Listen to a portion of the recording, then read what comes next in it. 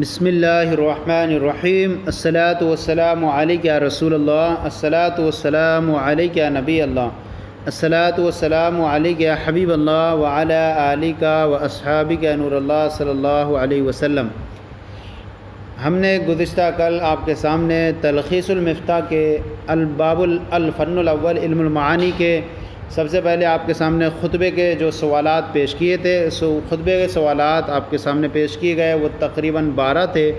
آج ہم آپ کے سامنے مقدمے کے اس طرح سے ہم نے سوالات قائم کیے ہیں مقدمے کے اندر کہ پوری اچھی طریقے سے آپ اس کے سوالات کے جوابات آپ حل کر لیں گے تو آپ کو مقدمہ اصل کتاب کا یاد ہو جائے گا۔ تو ہم سوالات کو ترتیب بار پیش کر رہے ہیں آپ کی خدمت میں۔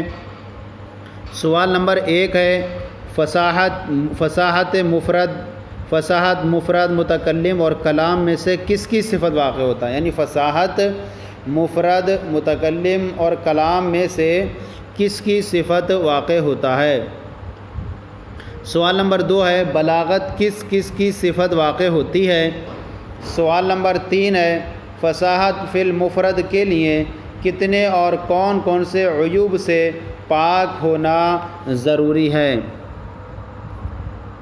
پھر آگے ہے سوال نمبر 4 تنافر غرابت اور مخالفت قیاس کی تعریف مثال بیان کریں۔ سوال نمبر 5 ہے غدائرہ مستشزرات الی العلا فاہما مرسنا مسرجا کا ترجمہ کریں اور محل استشہاد بھی بیان کریں۔ سوال نمبر 6 فصاحت کلام کے لیے کتنی چیزوں سے پاک ہونا ضروری ہے؟ سوال نمبر 7 ضعف تالیف تنافر کلمات اور تاکید کی تعریف مثال بیان کریں۔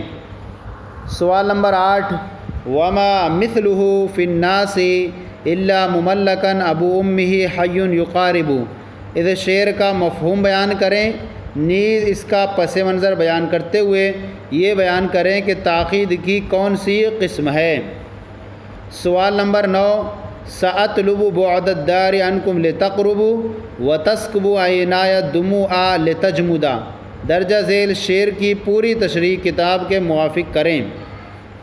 سوال نمبر 10 بلاغت کلام اور بلاغت متکلم کی تعریف بیان کریں۔ سوال نمبر 11 کلام کے مقامات ایک دوسرے سے کیسے مختلف ہوتے ہیں مثال بیان کریں۔ سوال نمبر 12 کوئی بھی کلام کب عمدہ اور کب ردی یعنی خراب ہوتا ہے؟ سوال نمبر 13 بلاغت کے کتنے طرف یعنی مراتب ہیں، کتنے مقبول اور کتنے غیر مقبول ہیں؟ سوال نمبر 14 فصاحت اور بلاغت کے درمیان کون سی نسبت ہے، کیا ہر فصیح بلیغ ہوتا ہے؟ سوال نمبر 15 علم بلاغت کتنی چیزوں کی معرفت پر موقوف ہے؟